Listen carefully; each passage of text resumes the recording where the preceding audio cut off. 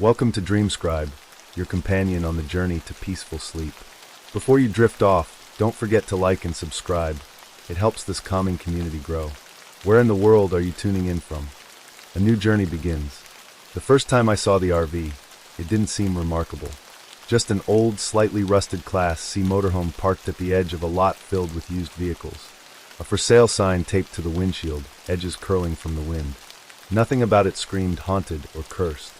But if I'd known what I know now, I never would have stepped inside.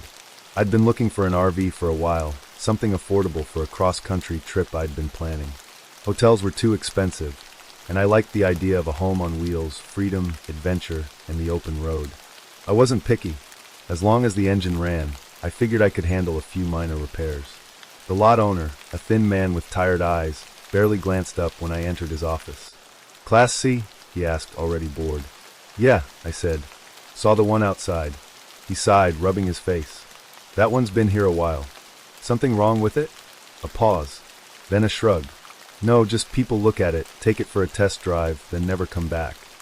I frowned. "Weird. What's the price?" He named a figure so low that I had to stop myself from reacting. It was far cheaper than it should have been. "I'll take a look," I said.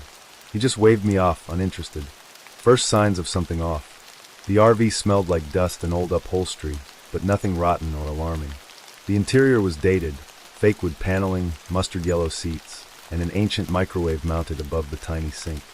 A faint chemical smell lingered like bleach, but I assumed it was just a hasty cleaning job. I ran my fingers along the countertops, checking for soft spots or water damage. Everything felt solid. The fridge hummed softly, and when I flicked on the interior lights, they came on without issue. It was old but functional.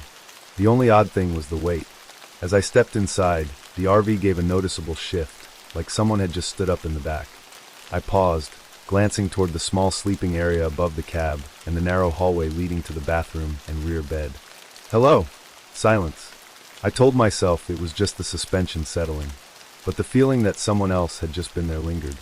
I checked the storage compartments and under the bed. Empty. No squatters, no hidden animals. Just a weird feeling. The deal is sealed. When I returned to the office, the man barely looked at me. "I'll take it," I said. That got his attention. His brow furrowed. "You sure?" I laughed. "It's a great deal. Why wouldn't I be?" A long pause. Then he muttered, "No refunds." I signed the papers without hesitation. The road trip begins. Driving the RV felt good. The engine rumbled smoothly, the wheel steady in my hands as I pulled onto the highway. I had nowhere urgent to be, no strict schedule. Just me, the road, and the open sky. But something felt off. The RV was heavier than expected. The gas mileage wasn't great, worse than I'd calculated. At the next way station, I pulled in out of curiosity. I had checked the listed weight when I bought it. It should have been roughly 10,000 pounds with all my gear inside. The scale read 10,345 pounds. Huh, maybe I'd packed heavier than I thought. I shrugged it off and kept driving. Small, unsettling moments. That first night, I parked at a rest stop just outside a wooded area. The air was cool, and the highway noise distant enough that it felt peaceful. I made a quick dinner, stretched out on the RV's small bed, and scrolled through my phone. And that's when I heard it. A faint creak, like weight shifting on the floor. I froze. It had come from inside the RV. I held my breath, listening. The wind outside? A tree branch brushing against the roof? Then another sound. A faint click, like a seatbelt unbuckling. A chill ran down my spine. I turned my head slowly toward the driver's seat. The seatbelt on the passenger side was fastened. I was alone. Had I done that earlier without realizing it? I must have, right? I got up, hesitated, then reached over and unbuckled it. The sound was sharp in the quiet. I exhaled, feeling a little silly. Just my imagination. But as I turned back toward the bed, the RV shifted again. A subtle dip, like someone had just moved. I turned fast, my pulse hammering. Nothing. No movement, no sign of anything unusual. Still, sleep didn't come easy that night. The unease grows. The next few days, little things kept happening. The weight kept fluctuating. Every time I checked the scale, it was slightly different. I'd find doors cracked open when I knew I'd shut them. The smell in the RV started to change, faintly human, like skin and breath. At night, I swore I could hear soft shifting sounds. Not scurrying like mice, more like fabric against fabric. like someone adjusting their position in a seat. I started checking the rearview mirror more often. A disturbing discovery. One evening, parked at another remote campsite, I decided to check something. I emptied the RV entirely, pulled out my gear, took everything out. The weight should have dropped significantly. Then, I drove back to a weigh station. The result? 10,320 pounds. It was still too heavy. I stared at the number, a cold weight settling in my stomach. There was nothing inside. So what was accounting for the extra weight? And then a horrible thought crept in. What if it wasn't me adding weight? What if something was inside the RV that I couldn't see? Final incident of the night. That night, I locked the RV tight, bolted the door, checked the windows. Nothing was getting in or out. But at 3:12 a.m., I woke up freezing cold. And I wasn't alone. I couldn't see anything, but I felt it. A presence. The unmistakable weight of another person in the RV. The air felt thick. I could hear my own breathing, ragged, shallow. And then, the passenger seat creaked. I forced myself to turn my head. The seatbelt was fastened again. And this time, it was slowly tightening, like something was securing itself in place, trying to rationalize the unseen. I didn't sleep much after that night. The way the seatbelt had tightened on its own, like something had just strapped itself in. I couldn't explain it. My body had frozen in place, paralyzed by instinctive fear. But when I finally forced myself to move, the belt was just there, fastened, motionless, as if it had always been that way. I tried to tell myself it was just a faulty retractor mechanism. Maybe it had wound itself up over time. But deep down, I knew that wasn't true, because the weight of the RV was still wrong. And something about the air inside felt off, heavier, as if I was breathing alongside something else. Still, I convinced myself I was being paranoid. I had been driving long hours, spending nights alone in unfamiliar places. Isolation can mess with your head. That was all. I just needed rest. Another strange occurrence. The next day, I stopped at a gas station off a quiet stretch of highway. A dusty little place with a flickering open sign and a single rusted pump. I stepped inside to pay, and the attendant, an older woman with deep wrinkles and tired eyes, barely glanced up. "That yours?" she asked, nodding toward the RV. "Yeah," I said, handing her my card. She swiped it, then hesitated. "Traveling alone?" The question caught me off guard. "Yeah. Why?" She frowned slightly, staring past me toward the RV. "Huh. Thought I saw someone in the passenger seat when you pulled up." A cold ripple crawled down my spine. I turned and looked back at the RV through the glass window. The passenger seat was empty. No, not empty. The seatbelt was fastened. I had unbuckled it before getting out. I forced a casual laugh. "Guess I have a ghost riding with me." The woman didn't smile, just handed me my receipt, her eyes flickering with something unreadable. "Drive safe." I didn't reply. The feeling of being watched. That evening, I parked in a small, empty campground. Nothing but trees, gravel, and a few old picnic tables. I made myself dinner, a quick sandwich, and ate while scrolling my phone, trying to distract myself. The whole time, I had this prickling feeling between my shoulder blades, like someone was watching me. I kept glancing at the windows, half expecting to see a face peering in. The RV was quiet, but not in a comforting way. More like the air was waiting, holding its breath. Finally, I got up, checked the door twice, and crawled into bed. At some point, I must have drifted off. The midnight sound. I woke up suddenly. At first, I didn't know why. My phone screen glowed faintly beside me. 3:37 a.m. Then I heard it. A soft exhale. Not mine. I held my breath, ears straining. The sound came again. A quiet, unmistakable sigh, like someone shifting in their seat. I turned my head slowly toward the front of the RV. The passenger seat creaked. A chill spread through my entire body. My muscles locked, my pulse hammering in my ears. The seatbelt was still buckled, but the belt itself was slightly taut, as if something was pulling against it. The air felt thick. Then another sound. A faint, deliberate click. The overhead storage compartment unlatched. I stared, frozen, as the small cabinet swung open just an inch, revealing nothing but darkness inside. My mind scrambled for logic. Did I not close it all the way? Did the motion of the RV shift it loose? Except the RV wasn't moving. It was completely still, and the latch had been secured. I forced myself to sit up, my breath coming out in short, shallow bursts. Every nerve in my body screamed at me not to move, but I reached out and slowly shut the compartment. The latch clicked back into place.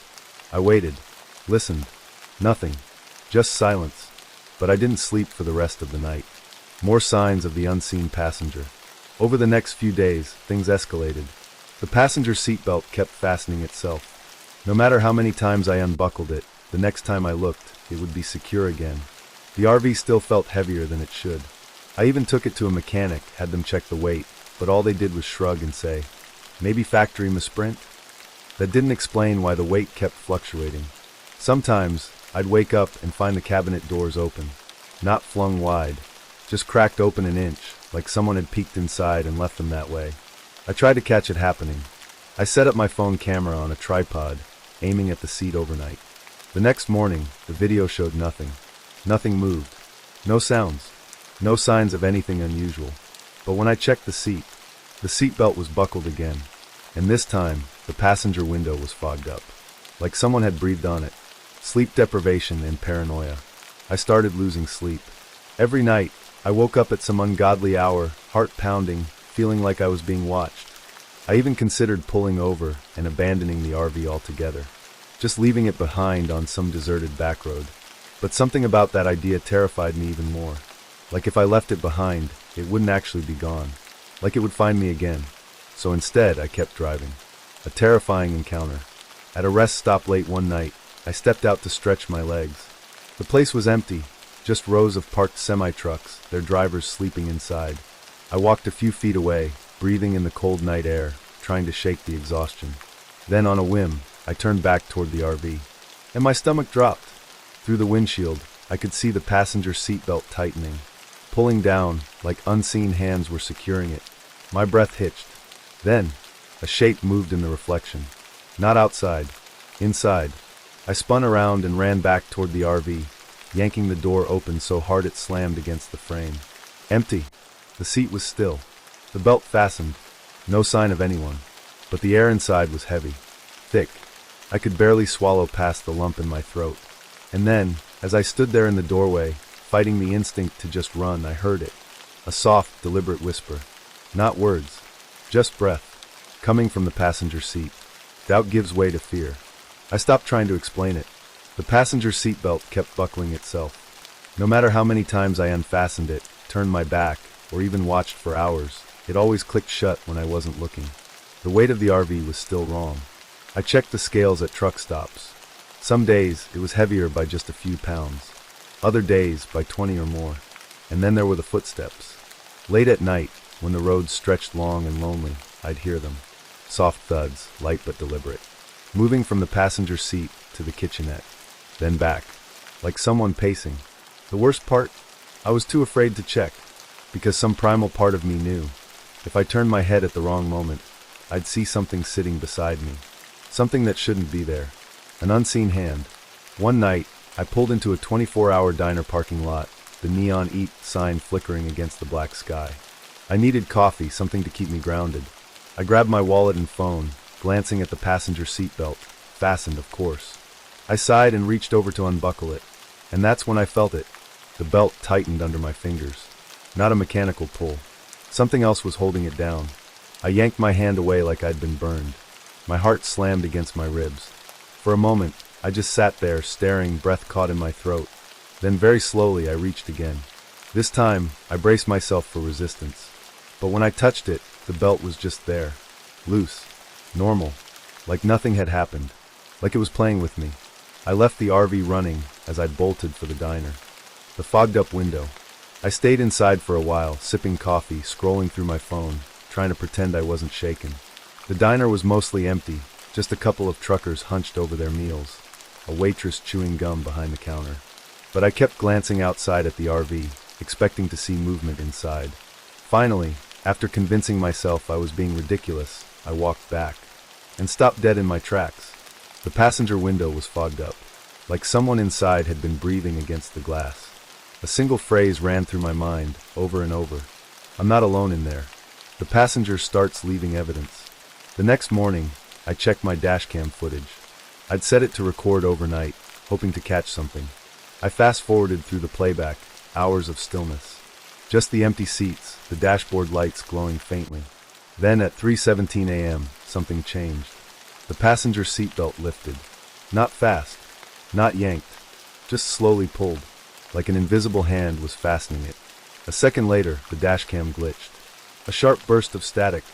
The screen flickered. When the feed returned, the passenger seatbelt was fully buckled. I slammed the laptop shut, my hands shaking. I needed to get out of that RV. The weight shifts. I stopped at a truckway station later that day just to check. My heart pounded as I stepped inside, handing over my slip. The attendant barely looked at me. "You got a second passenger?" My stomach twisted. "No," I said. He frowned at the numbers. "Weird. Weight reads like there's someone in the passenger seat." I didn't say anything, just grabbed the slip and walked out. The RV felt heavier than ever. The voice on the radio. That night, I kept driving, desperate to escape the suffocating presence inside. I blasted the radio, anything to keep my mind from spiraling. Then, somewhere down an empty stretch of highway, the station cut out. Static filled the cabin.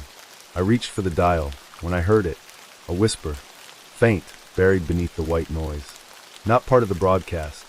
"I'm still here." The breath in my lungs turned to stone. The words were barely audible, but they were there. Spoken in a voice that didn't belong to me. I turned the radio off, but the whisper continued. Right beside me. The passenger moves. I pulled into a motel lot, hand shaking as I killed the engine. I couldn't stay inside the RV tonight. I grabbed my backpack and bolted for the motel entrance. But before I stepped inside, something made me turn back. The RV sat in the dim glow of the street lamp. Silent, unmoving. And then, the passenger door unlocked. Click. The sound was quiet but deliberate. Like someone inside was letting themselves out. I ran inside the motel and didn't look back. An ominous warning. I barely slept. When I did, my dreams were filled with shadows sitting beside me, invisible hands gripping the wheel, breathy whispers too close to my ear. The next morning, I forced myself to go back to the RV. I needed to get my keys. As I stepped outside, the motel clerk, an older man, watched me from behind the counter. "You all right?" he asked. I hesitated, then nodded. He followed my gaze toward the RV and frowned. "That yours?" "Yeah." His frown deepened. "You sure?" I turned to him, confused. "What do you mean?" He scratched his chin, shifting uncomfortably. "You checked in alone last night, right?" I swallowed hard. "Yeah." The clerk hesitated, then said, "Then why'd I see two shadows when you walked away from it?" A chill sank deep into my bones. I didn't reply, just turned, climbed into the RV and drove. A final, terrifying encounter. That night, I stopped at a rest area and decided to confront it. I pulled out my phone and turned on the camera, angling it toward the passenger seat. I stared at the screen. The seat was empty, but I knew better. I reached over and unbuckled the seatbelt, held it there. Then, in a voice barely above a whisper, I asked, "Who are you?" Nothing, just the faint hum of the RV's engine. I tightened my grip on the belt. "Why are you here?" Still nothing. I almost laughed at myself. Maybe I really was losing it. Then, out of the corner of my eye, the seatbelt pulled itself from my hand and fastened. Click. My phone screen glitched, static warping the image. Then, for just a split second, I saw it. A figure in the passenger seat. Blurry. Indistinct. But definitely there. Before I could react, the entire screen went black. And in the darkness, through the dead silence, I heard it. Right beside me. A breath. Nowhere left to run. I should have abandoned the RV. I should have left it at that motel, taken a bus, walked, anything. But something about it kept me trapped. Like it wasn't just a vehicle anymore. Like it was a cage. I couldn't bring myself to leave it behind. No matter how bad things got, no matter how many times I heard whispers, or saw the seatbelt buckle itself, or felt that weight beside me, I kept driving. And then, one night, the passenger decided it was done being ignored. The passenger reveals itself. I was somewhere deep in the desert, a stretch of empty highway with nothing but sand and distant mountains under the pale glow of the moon. I hadn't seen another car in miles. The air inside the RV was stifling. Even with the windows cracked, it felt heavy, thick, suffocating. And then I noticed something. The rearview mirror was angled wrong. I always kept it low, pointed at the road behind me. But now it had been tilted slightly upward. At first, I didn't think much of it. I reached up and adjusted it. That's when I saw it. A shadow sitting in the passenger seat. Not a trick of the light. Not a smudge. Not my imagination. A distinct shape. A figure. My entire body went cold. The RV suddenly felt too small. I turned my head slowly. The seat was empty.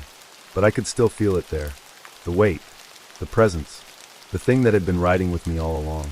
I slammed my foot on the brakes. Trapped in the RV. The RV screeched to a halt in the middle of the highway. The world outside was nothing but blackness and desert silence. I threw open the door, ready to run, but I didn't move, because I realized something horrible. The seatbelt was unbuckled. For the first time since this started, the passenger seat was empty. And that meant it wasn't inside anymore. It was outside, with me. The silence felt wrong, the air too still. I turned in a slow, shuddering circle. Nothing. No movement, no footprints, no sound. Just the wind and the desert. But I could feel it, standing somewhere close, watching me. I took a step back toward the RV. My heart was pounding. Then from behind me, "You shouldn't have stopped." The voice was whisper thin, right at my ear. I spun around, breath caught in my throat, no one there. I didn't wait. I bolted back inside the RV, slamming the door behind me. My hands were shaking so badly, I could barely turn the keys in the ignition. The engine wouldn't start. The headlights flickered, then shut off completely. And in the darkness, I heard it. Footsteps. Not inside. Outside. Slow. Deliberate. Circling the RV. I held my breath. Then, the footsteps stopped. Right outside the driver's door. The hands on the window. I was frozen, gripping the wheel so tight my knuckles turned white. Then in the absolute silence, I heard it. Fingertips dragging along the glass. Not knocking. Not scratching. Just a slow, deliberate touch. Feeling the shape of the window. Feeling for a way in. My breath came in short, ragged gasps. I didn't want to look, but I couldn't stop myself. My eyes flicked to the window, and I saw them. Handprints. Pressing against the glass. But not from the outside. From inside. I screamed. The passenger takes the wheel. I turned the key, and this time, the engine roared to life. The lights came back on. The radio blared static at full volume. I didn't care. I slammed on the gas. The RV lurched forward, tires screeching against the pavement. I gripped the wheel, refusing to look beside me. But I didn't have to, because I could feel it. The weight was back in the passenger seat. My whole body went rigid. My hands were clammy, my pulse thundering in my ears. Then, over the blaring static, the voice whispered again, right next to me, "You can't drive forever." And then, the wheel jerked. Something else had taken hold of it. I fought to keep control, but the wheel turned sharply to the right. The RV skidded, tires screeching. My hands were wrenched away from the wheel. The brakes locked up, and then, before I could react, the RV flipped. The crash. The world turned upside down. Glass shattered. Metal screeched. The RV rolled. For a split second, I was weightless. Then pain exploded through me as I crashed against the ceiling. Then the floor, then the ceiling again. And then silence. Everything went black. What the paramedics saw. I woke up to bright flashing lights. Blurry figures moving around me. Voices. A distant ringing in my ears. I was alive. I blinked, my vision adjusting. A paramedic crouched beside me. "You're lucky," he said. "You should be dead." I tried to speak, but my throat was raw. "You were alone in there, right?" he asked. A deep, sinking dread filled my chest. I swallowed. "Yeah." The paramedic frowned. He glanced over his shoulder at the wreckage, then back at me. "Then why did we find 2 sets of footprints leading away from the crash?" Final unsettling moment. They took me to the hospital. Concussions, bruised ribs, a couple of stitches. I should have been relieved to be alive. But I wasn't, because something was wrong. That weight, that presence. I could still feel it, sitting in the hospital room with me. I turned my head, dreading what I already knew. The chair beside my bed was indented, as if someone was sitting there, waiting, surviving the wreck, but not alone. I should have died in that crash. The RV had rolled twice before landing on its side, glass shattered, metal twisted. The highway patrol said it was a miracle I survived. But I wasn't grateful, because I wasn't alone. Not in the ambulance, not in the hospital room, not now, weeks later, as I sit in my apartment, staring at the empty chair across from me.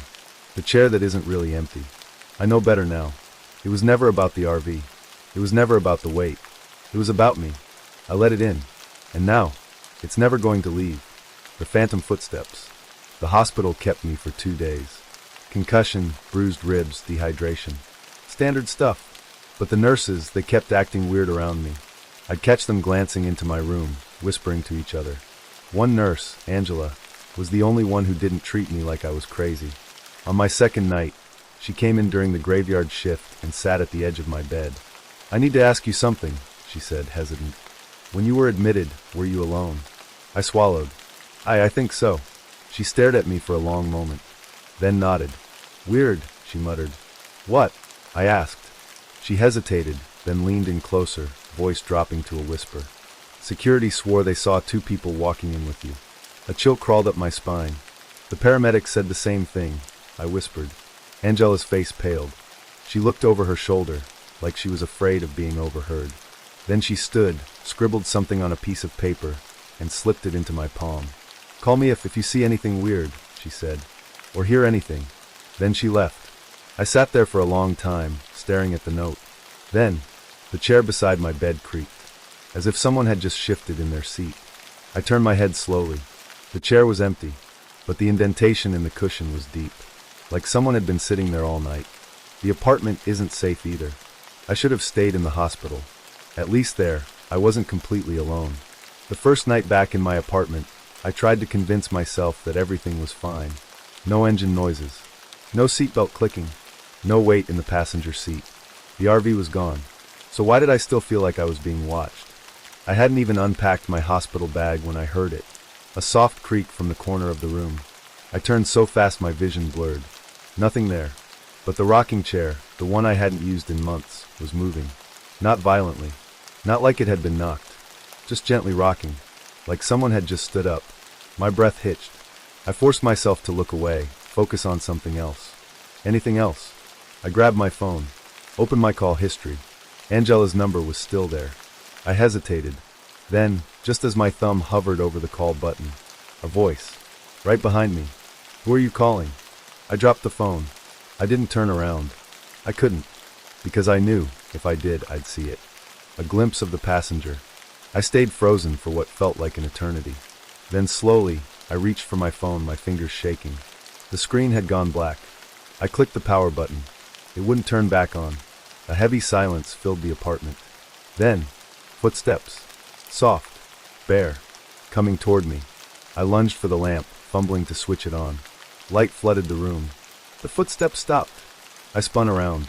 Nothing. The rocking chair was still. The air was heavy, thick, suffocating. I was alone. I forced a breath. Swallowed hard. Then slowly I looked down at my phone. The screen had turned back on. But it wasn't on the home screen. It was on the camera app. And there, in the reflection of the screen, a shape. Right. Behind. Me. I screamed and threw the phone across the room. It shattered against the wall. The final realization. I didn't sleep. I sat on my bed, staring at the doorway, waiting. Listening. I tried to convince myself it wasn't real. That it was just trauma from the crash. But I knew better. The RV wasn't haunted. I was. I brought it with me. I let it in. And now, it wasn't just in the passenger seat anymore. It was everywhere. It was inside my apartment. Inside my head. I could feel it. Sitting at the edge of my bed. Watching. Waiting. For me to finally accept it. The final choice. I couldn't live like this. I had 2 choices. Run. Keep moving. Never stay in one place for too long. Try to outrun something that has no shape, no limits, no end.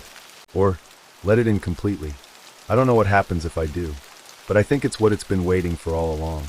Because now, whenever I look in the mirror, I don't always see myself. Final unsettling moment. I pack my bag. I don't know where I'm going. But before I leave, I take one last look at my apartment. Everything looks normal. Except the weight on my bed. The indent where something is still sitting. I turn to the door. And then a whisper. "You'll never be alone again." I don't turn around. I just walk away. But as I step into the hallway, I catch my reflection in the window. And for just a split second, I see 2 silhouettes. Mine. And one right behind me. Next story. The open road has a way of making you feel small. There's something about driving alone at night, miles of pavement stretching endlessly ahead, that reminds you just how much emptiness exists in the world. Out there, beyond the hum of the tires and the glow of the headlights, there's nothing but darkness. A vast, quiet nothingness pressing in from all sides. And in that silence, if you listen closely enough, you start to hear things that aren't there. Maybe it's just the engine, maybe it's the wind against the windows, or maybe, just maybe, it's something else entirely. I didn't think much about it at first. It started as a flicker, a brief, almost unnoticeable glitch in the rearview camera mounted to the dashboard of my RV. I'd only had the vehicle for a few months. Bought it secondhand from an older couple who swore it ran like a dream. They were downsizing, heading to Florida, and no longer needed it. The deal was too good to pass up, modern, spacious, barely any miles on it. And besides, I liked the idea of having a home on wheels, the freedom to go anywhere.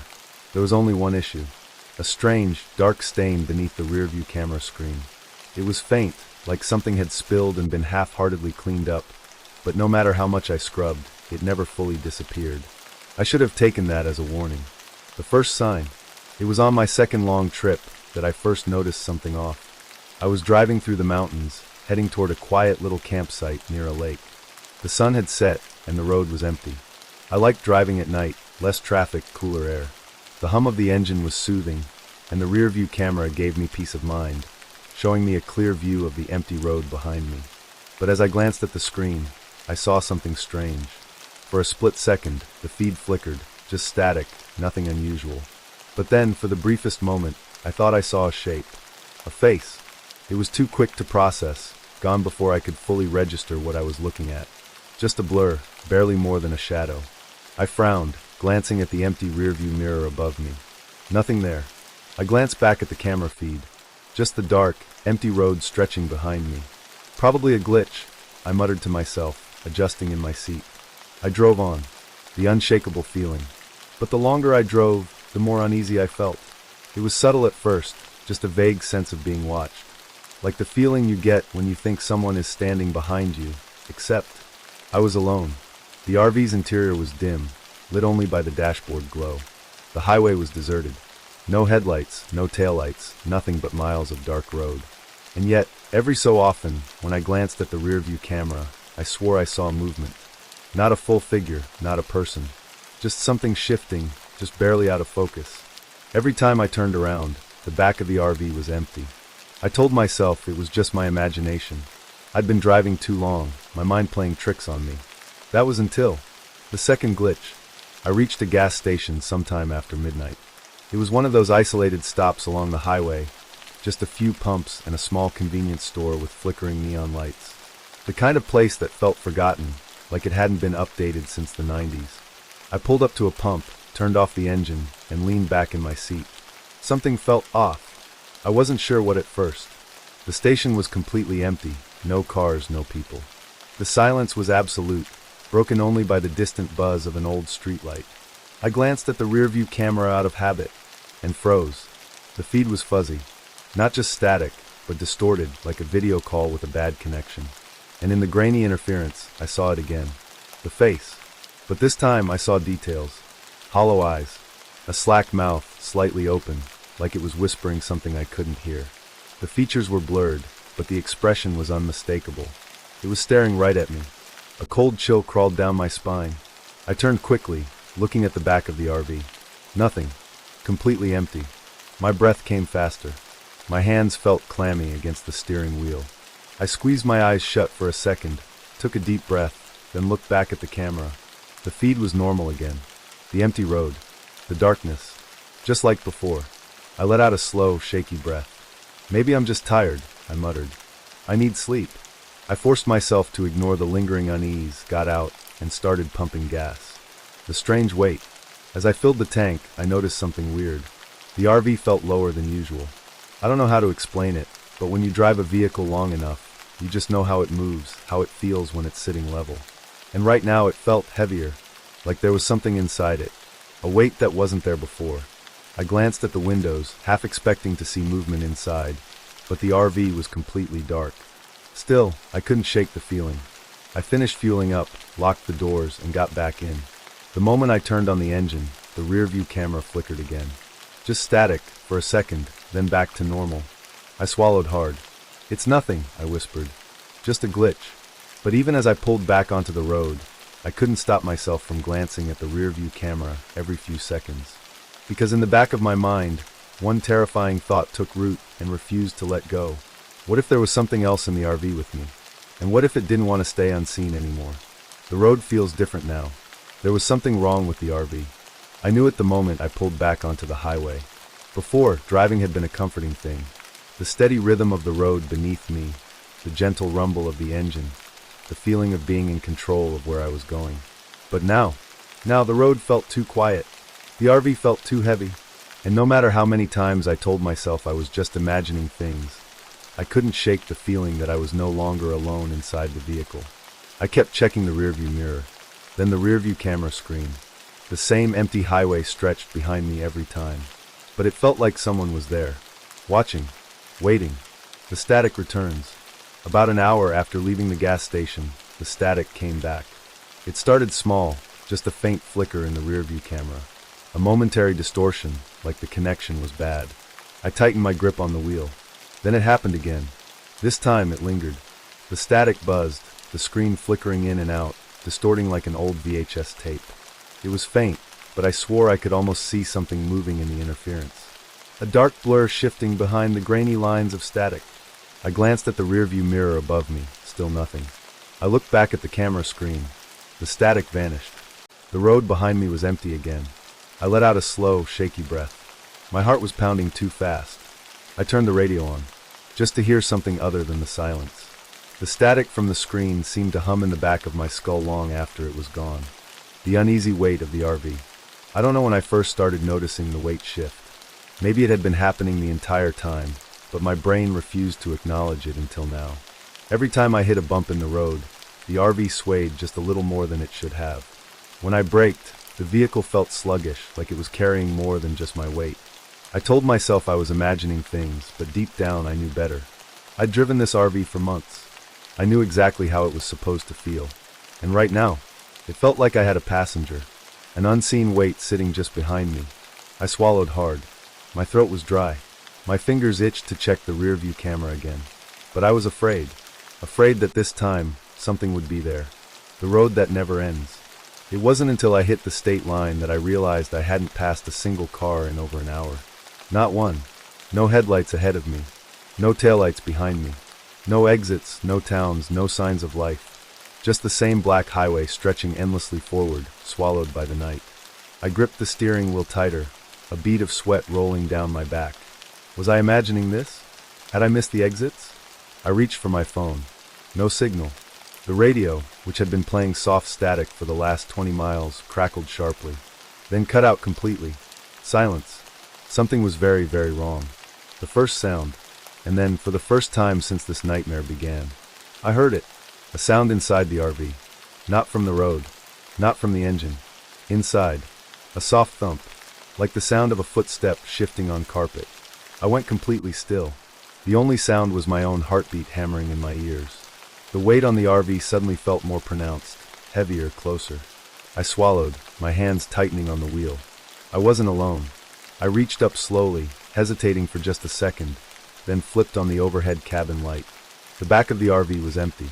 Just the kitchenette, the small table, the neatly made bed in the rear. Nothing out of place. Nothing there. I exhaled, rubbing my eyes. I was so damn tired. I needed to pull over soon. I was starting to hear things now. But before I could even reach for the blinker, the rearview camera flickered back on by itself. I turned my head, feeling a sudden wave of cold fear creep up my spine. The screen was no longer empty. The road was still there, stretching into the dark. But this time I wasn't alone. There was something standing in the middle of the road behind me. A figure. Too tall. Too still. Completely unmoving. I couldn't see a face, only the outline of a head, of shoulders, of something standing in the direct center of the screen. My breath hitched. I spun around, looking through the actual back window of the RV. The road was empty. I whipped back to the camera screen. The figure was still there, still watching me. I slammed my foot on the gas, the RV lurching forward as I sped down the highway. But even as the miles stretched on, even as the distance should have left that thing far, far behind, it never moved. It never shrunk into the distance. It was as if it was staying the exact same distance behind me, no matter how fast I drove. The whisper in the static. At some point, I don't know when, the radio turned back on by itself. But it wasn't music. It wasn't a talk show. It was whispers. Faint, distant, buried in the crackling static. I turned the volume down. The whispers persisted. I turned the volume all the way off. The whispers kept going. I felt cold all over. The rearview camera flickered again. And this time, the figure was closer. Not by much. Just a step forward. But it had moved. I let out a shaking breath, gripping the wheel so hard my knuckles ached. I was wide awake now. This wasn't exhaustion. This wasn't a trick of the light. Something was following me. And it was getting closer. The figure moves when I blink. I kept my eyes on the road, but my mind was stuck on the rearview camera. The figure had taken one step closer the last time I checked. One small but undeniable movement.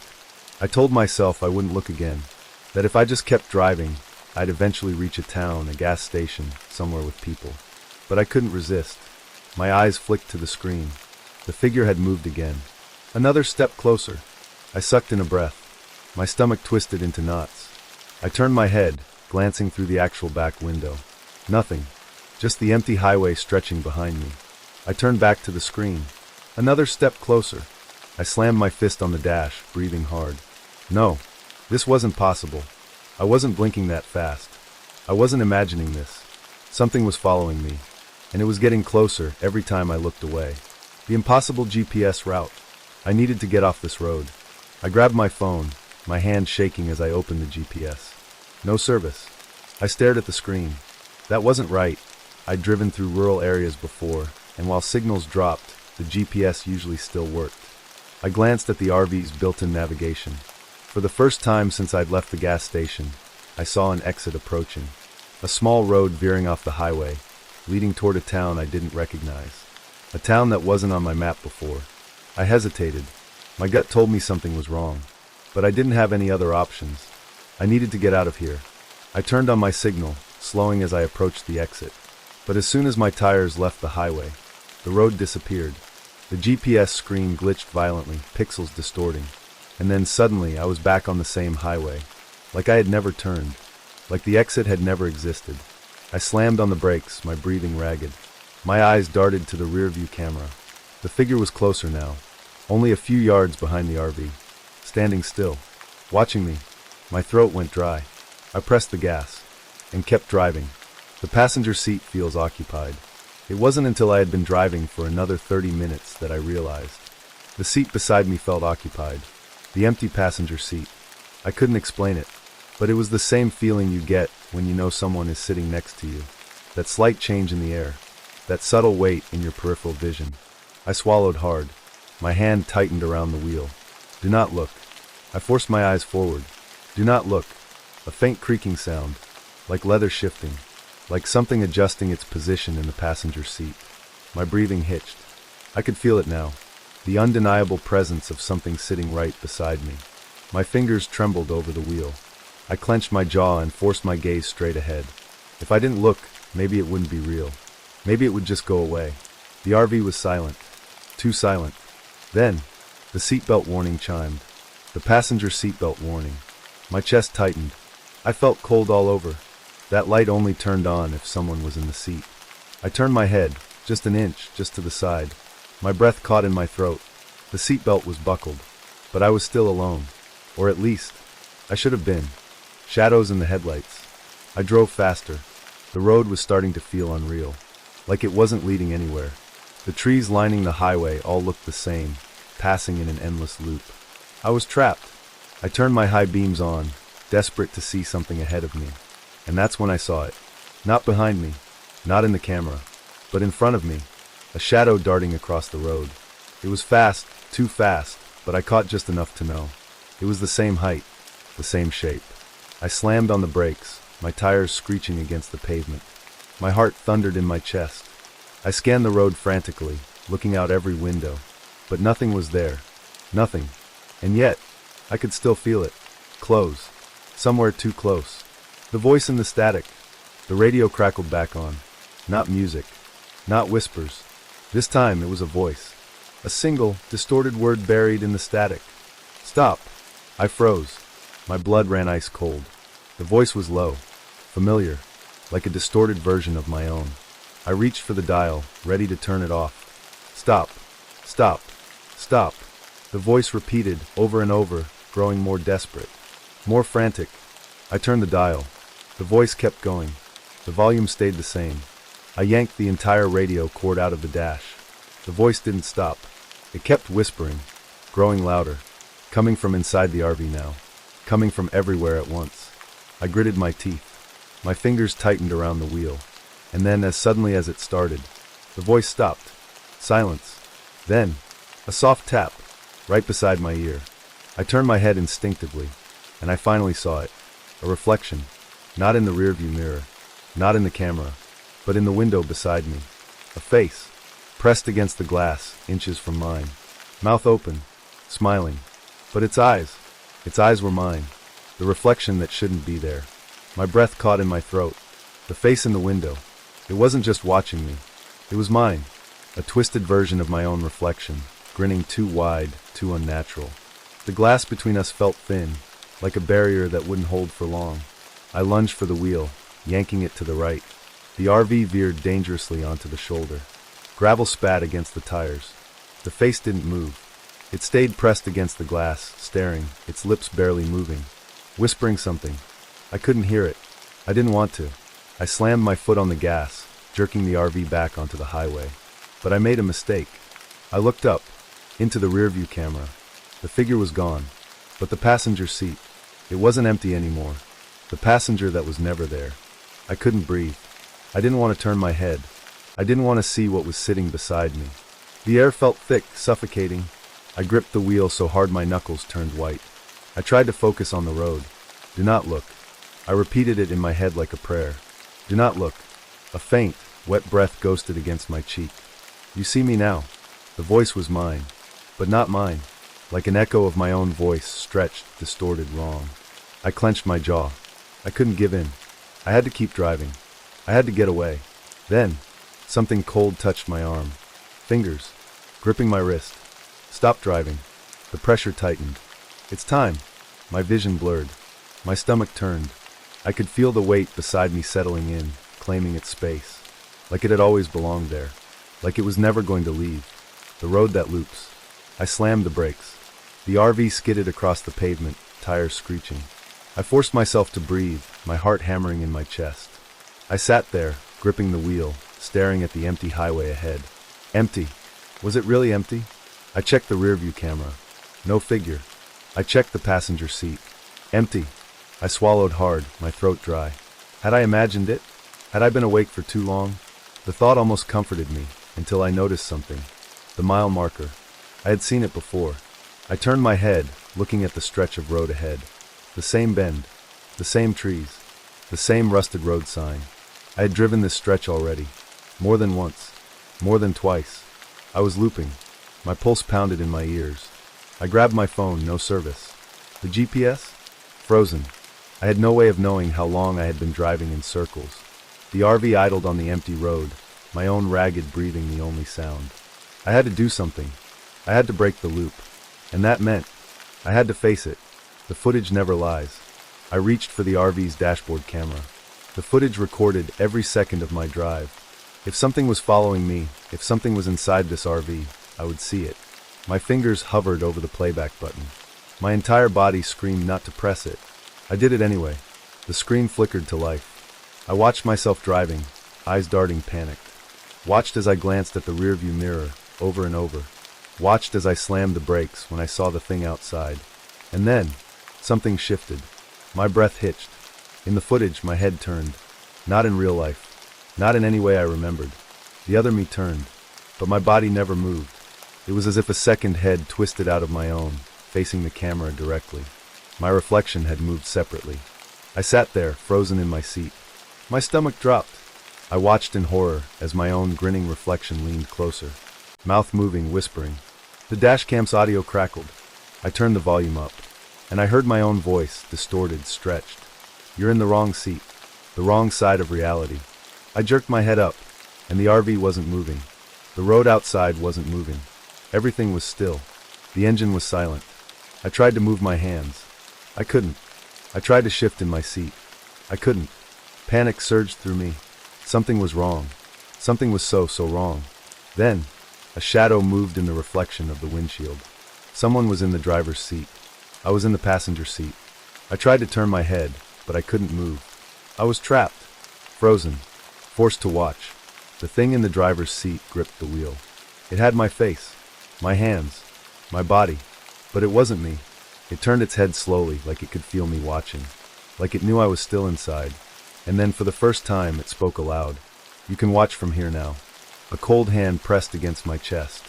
And then, darkness. The passenger that shouldn't exist. I wasn't in control anymore. I couldn't move. I couldn't scream. I could only watch. My hands, no, his hands, gripped the wheel, knuckles flexing, tapping against it like they had been driving for years. Like they had been driving this RV long before I existed. My body, or the thing that had stolen it, was still driving down the highway like nothing had happened. Like it belonged. And me? I was just the passenger now. The silent prison. I tried to move. Nothing. I tried to blink, but my eyes weren't mine anymore. I was seeing through the windshield, but I wasn't controlling where I looked. I was still in the seat. Still sitting in the same spot where the thing had been before. Only now, I was the invisible passenger. Nobody can hear me. The RV rumbled down the road, smooth and steady. A car passed us. I saw it through the window, watched the other driver glance over. Hope flared in my chest. They had to see me. They had to see that I was still in here, that something was wrong. I tried to slam my hand against the glass. I tried to scream. I did neither, because I couldn't. The driver of the other car barely glanced at the RV before turning back to the road. Like I wasn't even there. Like I wasn't real. I felt something crack inside me. I don't exist anymore. Not out here. Not to them. I was just a passenger in my own life. And no one could see me. My reflection is gone. My heartbeat pounded in my ears. No, not my heartbeat. Because it wasn't my body anymore. It was his. The thing in my skin, wearing my face, driving my RV like it had always been him. Like I had never been here at all. I fought the rising terror. Maybe I could still fix this. Maybe I could still get back. I turned my attention to the windshield, focusing on the faint reflection. I had to see myself. I had to see if I was still here. I forced myself to look, and my stomach dropped. There was no reflection in my seat. Nothing. Just empty space. The calls that aren't mine. My body, asterisk his body, asterisk reached for my phone. I had no idea when he had taken it, but there it was, resting in the cup holder like it belonged to him. He tapped the screen, scrolling casually, as if he had been me this entire time. Like he knew my contacts. Like he had done this before. My mind reeled. What is he doing? He found what he was looking for. He tapped the screen and lifted the phone to his ear. I heard the ringing. Then, "Hey man, long time no see." I recognized the voice on the other end. My friend, Caleb. The thing in my skin smiled. My smile. It sounded exactly like me when it spoke. "Yeah, I know, man. It's been forever. Hey, listen. I was thinking about coming by soon. Catching up. You still at that place near the lake?" My breath caught. No. No. He was planning something. He was using my voice. My name. My life. And no one could tell the difference. Not even Caleb. He laughed on the other end. "Yeah, dude. You're always welcome. Just let me know when. I'll see you soon, man." The thing ended the call and set the phone down, his fingers tapping the wheel. He was humming now. Like he was settling in. Like he was planning to stay. And I could do nothing. The final proof I never existed. I turned my focus to the rearview camera. It had been the start of everything. Maybe it held the truth. Maybe if I could see myself, if I could still be seen, I could find a way back. I stared at the screen, waiting for something. Anything. Then, the screen flickered. A glitch. And for a split second, a shape appeared. Not mine. Not a body. Not a face. Just a shadow. Dark. Blurred. Sitting where I was. Like an echo of something that had been there once. But was fading. The screen glitched again. And then, the shadow was gone. Like it had never existed. Like I had never existed. I was disappearing. The road that never ends. The RV kept moving. Mile after mile. Town after town. The world kept going. But I was no longer part of it. I was stuck in a seat I couldn't leave. Forced to watch my life continue without me. No one would ever know. No one would ever question it. Because the thing wearing my face was perfect. It knew how to laugh like me. It knew how to text my friends. It knew how to drive my RV. It knew how to be me. And I was just a shadow in the rearview mirror. Fading. Until one day, there would be nothing left of me at all. Next story. I don't usually drive at night. I don't trust the roads after sundown, when headlights flicker in the distance and shadows stretch longer than they should. But that night, I didn't have a choice. I'd been on the road for hours, my eyelids heavy, my fingers gripping the steering wheel tighter than necessary. My RV hummed beneath me, a constant companion in the otherwise empty stretch of highway. The gas gauge was dipping lower than I was comfortable with. I had planned to stop earlier, but the last few stations I passed were either abandoned or had rusted-out pumps, relics of forgotten towns. Then, as if by some cruel twist of fate, the warning light on my dashboard flickered on. Low fuel. I cursed under my breath, scanning the roadside for any sign of civilization. The highway stretched ahead in endless darkness, the trees lining the road like silent watchers. I checked my phone, no signal. Just when I was about to resign myself to coasting on fumes, I spotted it. A gas station. It wasn't on my GPS. I was certain of that. The neon sign flickered erratically, the letters half burnt out, so that it read GS Station. It looked old, but not abandoned. There was a dim glow inside the small convenience store, and one of the pumps looked like it was still operational. I let out a breath of relief and pulled in. The place felt wrong. Maybe it was the way the sign buzzed like an insect trapped in a light fixture, or the sheer silence surrounding it. No traffic, no passing cars, just the hum of my engine and the creak of my brakes as I rolled to a stop by the pump. There was no self-service option. I glanced toward the store, expecting to see someone at the register, but the inside was empty. I stepped out, the cool night air making me shiver. A faint smell of oil and dust hung in the air. The pump looked outdated, with a manual lever and faded stickers peeling from its surface. Then, just as I was about to head inside to find an attendant, I saw him. A man stood by the pump. He hadn't been there a second ago. He wore a faded uniform, the kind gas station workers used to wear back in the 80s, with a name patch too smudged to read. His posture was stiff, his face obscured by the shadow of his cap. He didn't say a word, just nodded and lifted the pump handle. Something about him made my stomach tighten. Yeah, fill it up, please," I said, forcing a casual tone. He gave another silent nod and began pumping the gas. I tried not to stare, but there was something off about him. His movements were too precise, too mechanical. Like he wasn't really thinking about what he was doing, just going through the motions. I cleared my throat. "So, a busy night?" He didn't answer, just stood there, staring at the numbers on the pump as they climbed higher. I shifted uncomfortably. Maybe he wasn't the talkative type, or maybe he just wanted to get through his shift without dealing with chatty customers. That was fine. I could relate. Still, something gnawed at the back of my mind. I glanced at the convenience store again. There was a cashier inside, a young guy, probably in his 20s. But he wasn't looking at us. In fact, he seemed completely unaware that I was even here.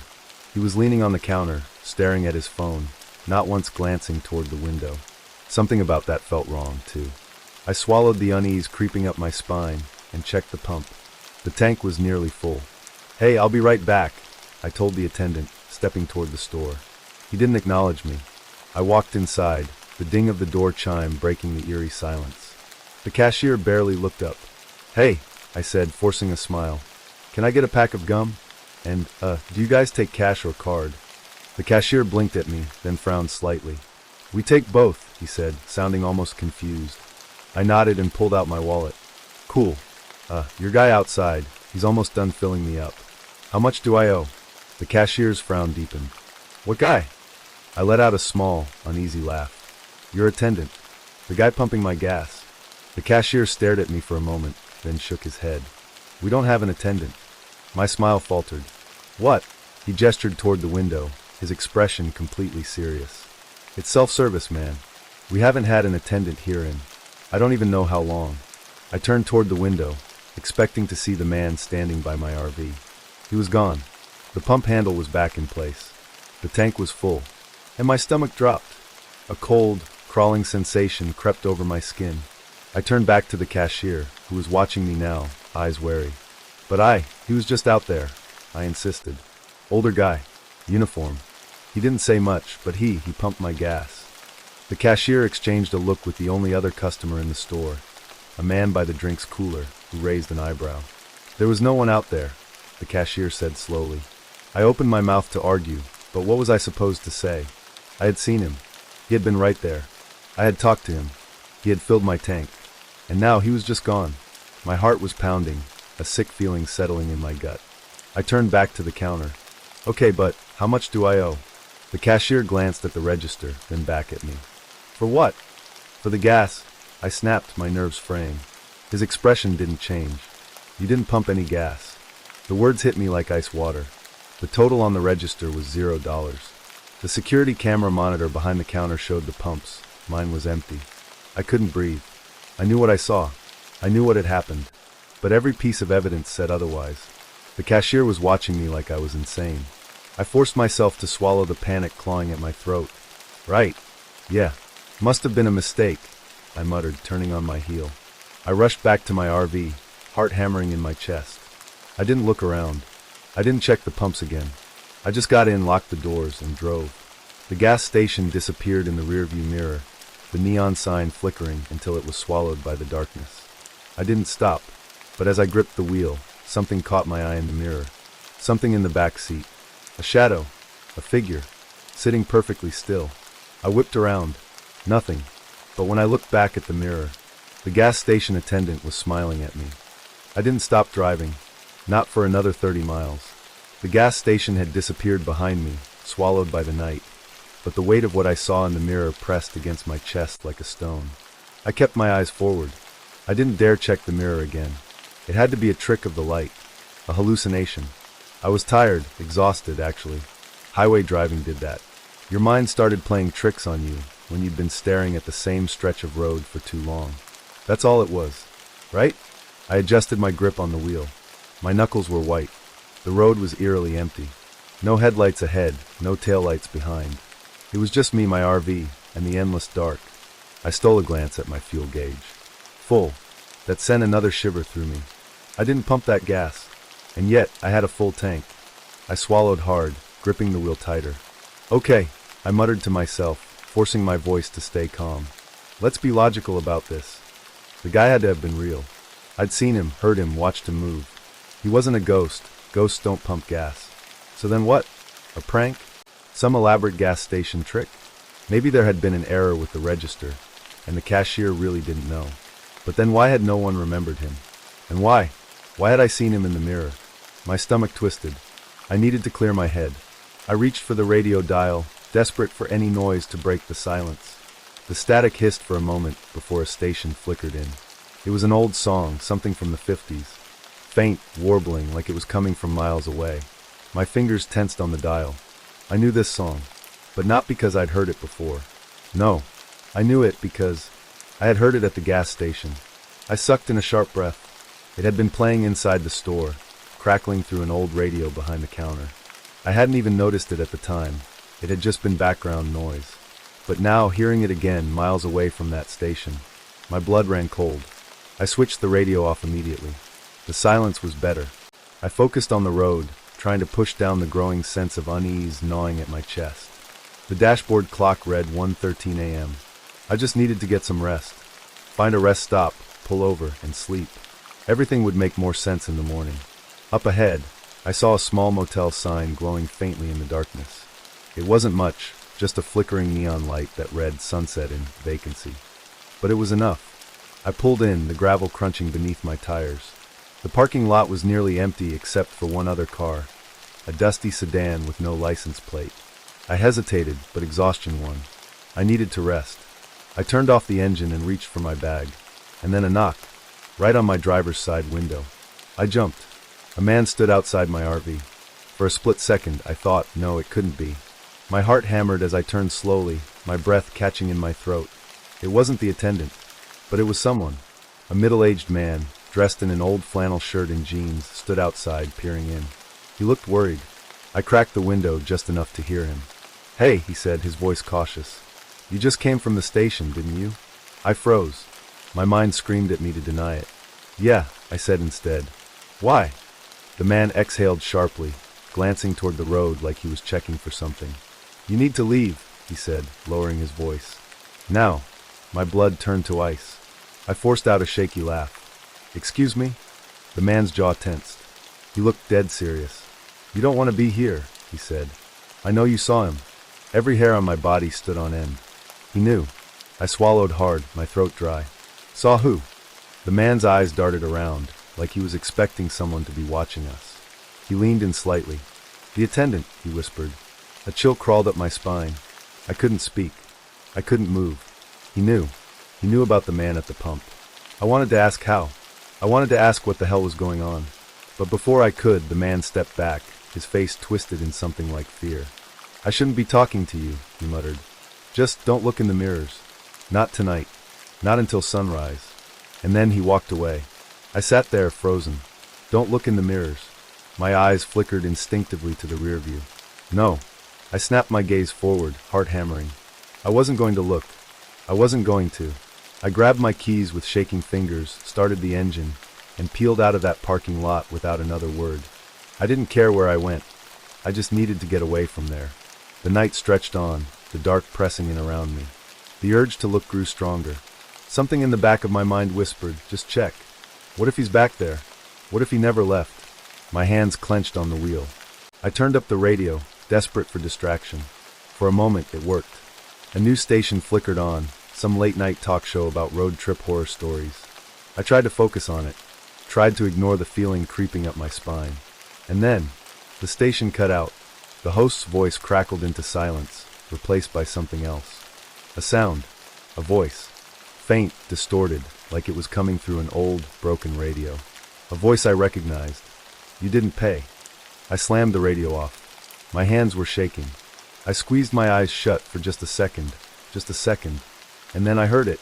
A rustling. A shift of weight. From the back of the RV. I swallowed a scream. I wasn't alone. I knew. I was the only one in this RV when I left the station. But now there was something behind me. I forced myself to breathe. I couldn't panic. I needed to think. Slowly, I reached for my phone.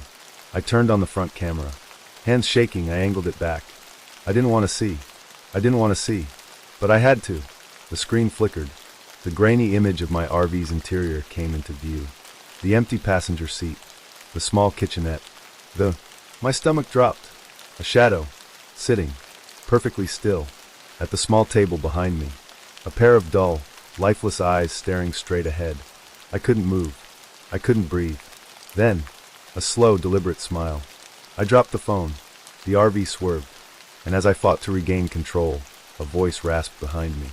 "You didn't pay." My hands shook violently on the wheel.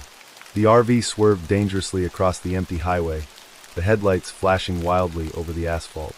My heart slammed against my ribs as I struggled to breathe, to think, to move. The voice.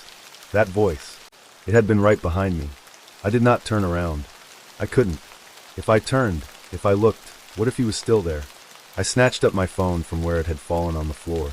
My fingers scrambled over the screen, desperate to turn the camera back on. The interior of the RV flickered into view. Nothing. The small table was empty. No shadow. No figure. No lifeless eyes staring back. I gasped for air, pressing my palm against my chest, willing my racing heart to slow down. It was gone. Had I imagined it? No, I hadn't. The voice. The smile. The way my entire body had screamed at me to run. I swallowed thickly, my throat dry as sandpaper. The gas station attendant was real. Or at least he had been. But then why had he vanished? Why had no one remembered him? And now he was in my RV. I wiped my sweaty palms on my jeans, forcing myself to think. What do I do? Where do I go? I needed to get somewhere safe. A town. A city. Anywhere with people. I pressed down on the gas pedal, pushing the RV faster, my headlights cutting through the night like a blade. But the road stretched endlessly ahead. Still no cars. No signs. Just blackness. I felt it creeping in around me, the overwhelming sensation of being alone. No, not alone. Being watched. My skin prickled, and I gritted my teeth, fighting the urge to check the mirrors. Don't look. The man at the motel had said it. Don't look until sunrise. But how was I supposed to know if something was behind me? I squeezed my eyes shut for a brief second before daring a tiny glance at the side mirror. A chill crawled down my spine. The gas station. My breath hitched. That's not possible. It was there, clear as day in the mirror. The flickering neon sign. The old pumps. The exact station I'd left over an hour ago. But it wasn't outside. I looked forward. The road stretched into darkness, empty, endless. I looked back in the mirror. The gas station was still there. as if I'd never left. I jerked my head forward, my pulse pounding. I gripped the wheel tighter, my knuckles bone white. This isn't real. This isn't real. But the RV's engine whined. The gas pedal wasn't working. My foot pressed down hard, but the vehicle wasn't accelerating. It was slowing down. No, being pulled back. Come on, come on, I hissed, my hands shaking as I pumped the pedal. The RV shuddered violently. The gas station loomed closer in the mirror. A horrible thought slammed into my brain like ice water. What if I never left? What if I had been driving in circles? What if I had never moved at all? I yanked the wheel to the side, my tires screeching against the pavement as I tried to pull free of whatever invisible force was dragging me back. The headlights caught something ahead. A sign. I barely had time to process it before I flew past. Sunset in vacancy. I slammed the brakes. The RV skidded violently, my body jerking forward against the seatbelt. My pulse roared in my ears. No. No, no, no. That was the motel I had just left. I hadn't moved. My stomach twisted. A cold, awful realization sank into my bones. I wasn't driving forward. I had been driving in one endless loop. I stared at the motel sign, my breath coming in short, panicked gasps. The parking lot was empty. No dusty sedan. No middle-aged man warning me to leave. Like he'd never been there. Like none of this was real. A knock. On the driver's side window. I turned, my heart hammering in my throat. It was him. The gas station attendant. Standing right outside my RV. The same blue jumpsuit. The same blank expression. He raised one hand and pressed his palm flat against the glass. I choked on a breath, every muscle in my body locking up. His lips parted, and I swore I heard his voice directly in my head. You didn't pay. The words echoed inside my skull, rattling in my bones. I squeezed my eyes shut. This isn't happening. This isn't real. The temperature inside the RV dropped. A thick, suffocating pressure settled over me, pressing against my chest like unseen hands. I couldn't breathe. The air grew dense, heavy with the scent of gasoline and something rotting. And then, a hiss. The sound of something leaking. My eyes snapped open and I saw it. The fuel gauge. It was dropping. Fast. The needle plunged toward empty, faster than physics should allow. I watched, horror coiling in my gut, as the gas drained. And then the RV died. The engine cut off. The lights flickered once, twice. Darkness. A silence fell so thick it felt suffocating. I sat frozen, gripping the wheel like a lifeline. And then, a breath. Not mine. Right behind me. The hairs on my neck stood on end. The air grew ice cold. And in the absolute darkness of the RV, I felt it. Someone sitting behind me. The weight of their presence pressed into the space, shifting the air, filling the room with something wrong. I squeezed my eyes shut, my pulse pounding so hard I thought my skull might crack. A voice. Right at my ear. Look at me. I wouldn't. I couldn't. Something touched my shoulder. Cold. Clammy. Not human. I whimpered, my body locked in place. The hand tightened. Look at me. Tears burned in my eyes. I clenched my jaw, refusing to turn. But the pressure on my shoulder grew stronger. Fingernails dug into my skin. A breath, slow, deliberate, right at my neck. You didn't pay. I couldn't take it. I turned. And in the dim, flickering glow of the dead dashboard, I saw him, sitting in the passenger seat now, staring at me, grinning. His teeth were wrong. Too white. Too sharp. His lips stretched too far, curling unnaturally over his face. His eyes. God, his eyes. Empty. Hollow. Reflecting nothing. I opened my mouth to scream, but the lights flashed back on. The RV roared to life. The dashboard lit up. And just like that, he was gone. I gasped, shuddering, hands trembling against the wheel. The motel was gone. The gas station was gone.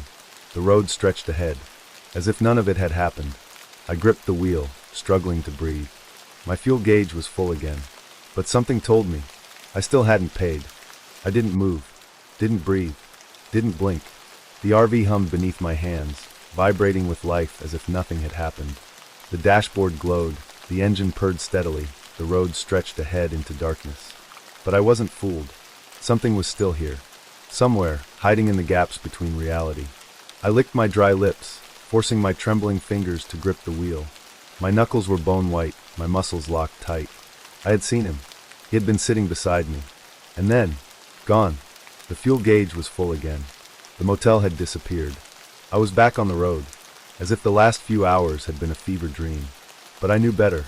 He had let me go. For now. A thick, nauseating dread curled in my stomach as I pressed the gas pedal. The RV moved smoothly, gliding down the blacktop, but my pulse didn't slow, because I could still feel it, that unnatural presence. Watching, waiting.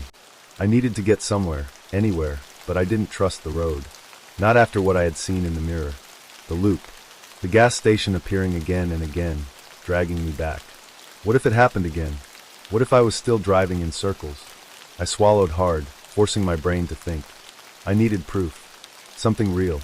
Something that couldn't be changed or erased. With shaky hands, I reached for my phone. The screen flickered as I opened the camera. I would record everything.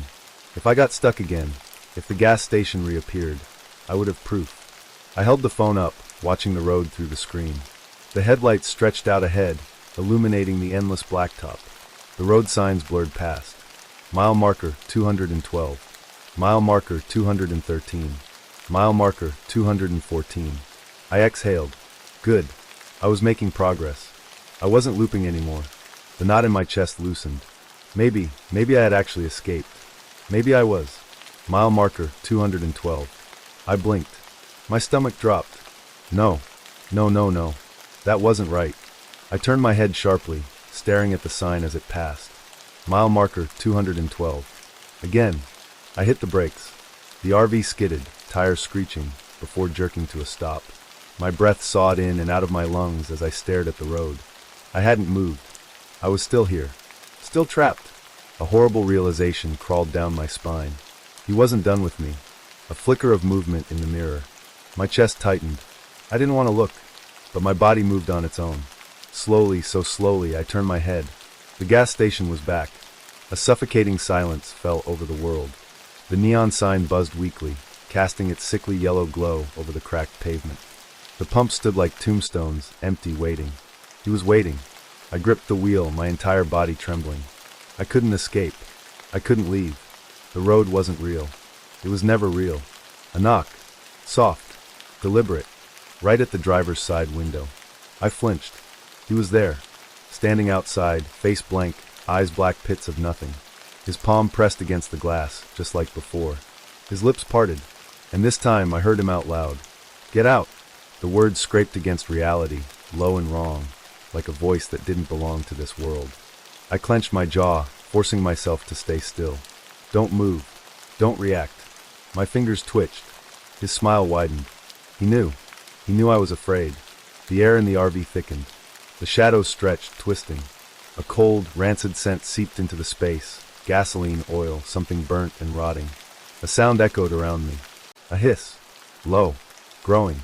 Like something leaking. I snapped my gaze to the dashboard. The fuel gauge was dropping. Again. Faster. Faster. My breath hitched. No, this can't be happening again. The air crackled like a radio tuning into the wrong frequency. My ears rang. My skull ached. I couldn't breathe. I pressed my hands to my temples, squeezing my eyes shut. Think.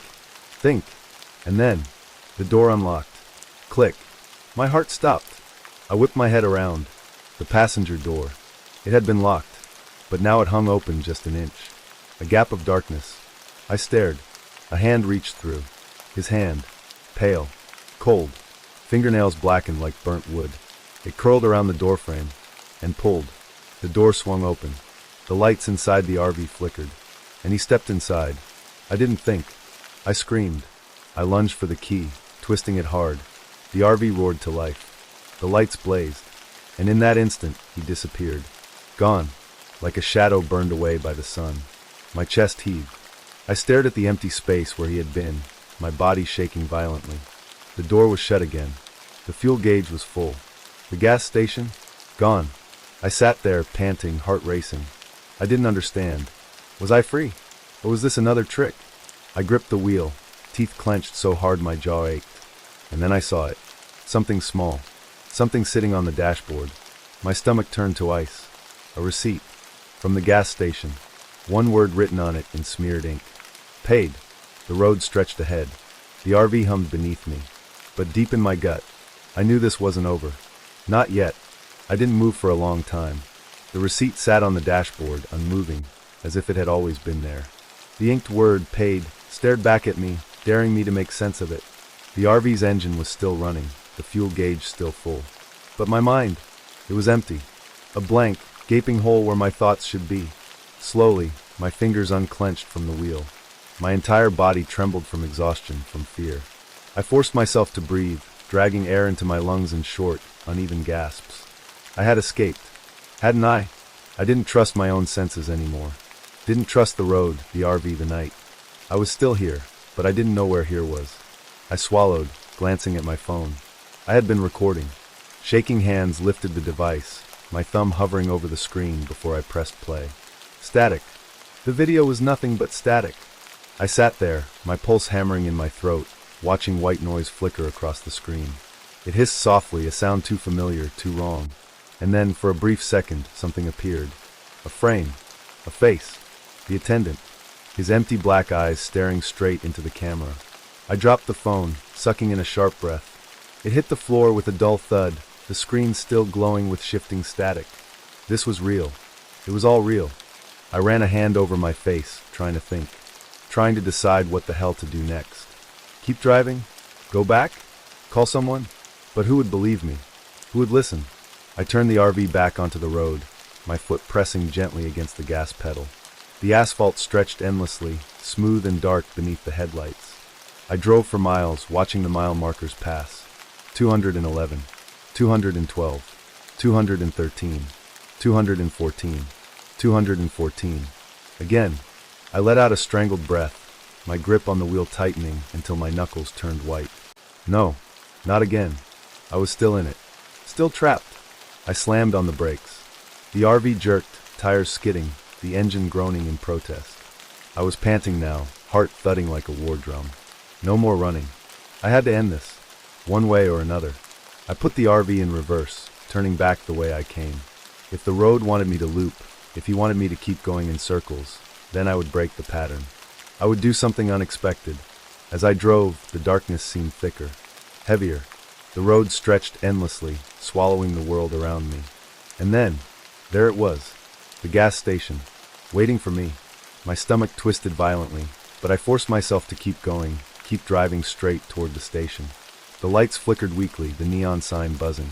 For the first time, I noticed the name. Full stop gas. A joke. A warning. I didn't care anymore. I pulled into the lot, throwing the RV into park. The headlights illuminated the pumps, casting long, eerie shadows against the cracked pavement. I hesitated. Then, heart pounding, I stepped out. The night was still. Too still. No wind. No crickets.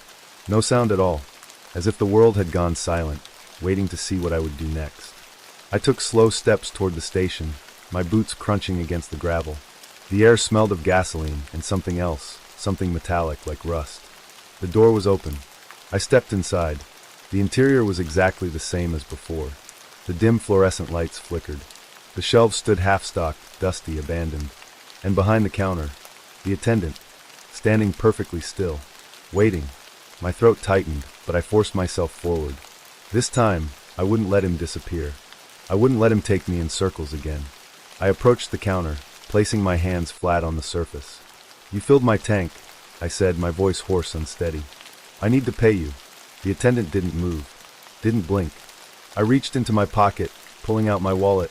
My fingers trembled as I grabbed a 20, holding it out to him. His eyes followed the motion, but he didn't take it. "You filled my tank," I repeated, voice firmer. "I need to pay." A long silence. Then slowly he lifted his hand and pointed. I turned my head, following his gesture.